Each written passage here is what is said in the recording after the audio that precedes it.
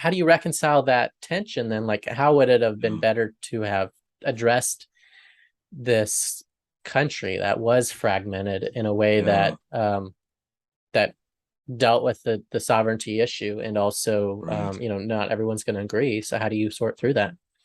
Well, I think Ukraine, they should have pursued a policy of neutrality. I don't think they should have tried to join NATO because that antagonized Russia. And I think people living in the West miscalculate. My fears, and this was I used to teach this subject, but I thought, the only way that Ukraine could become part of the European Union is if it acquiesced in its own partition.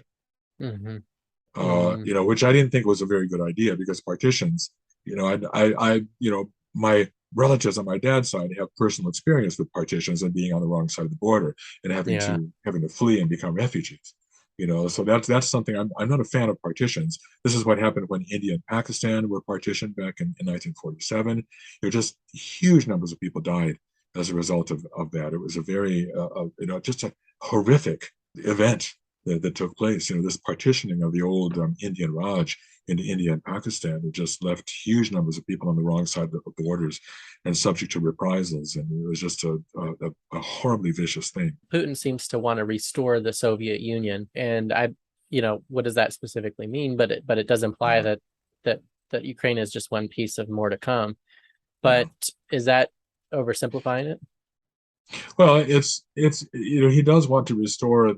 He would love to restore the Soviet Union to its former, or Russia Yeah.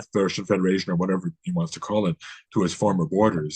There, but that again, that's been part of the Russian political culture for centuries.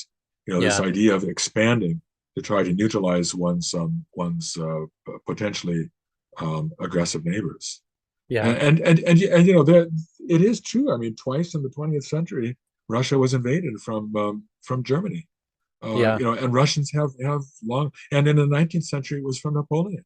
So Yeah. so these are not irrational fears. Yeah. But I don't think that young people living in Russia who have no memory of the Soviet era, this idea of restoring Russian glory, it doesn't really resonate with them. And Yeah. this is why when Putin announced a call up of military call up of young men, you had people queuing up at the borders to leave the country. Yeah. They this doesn't resonate with them.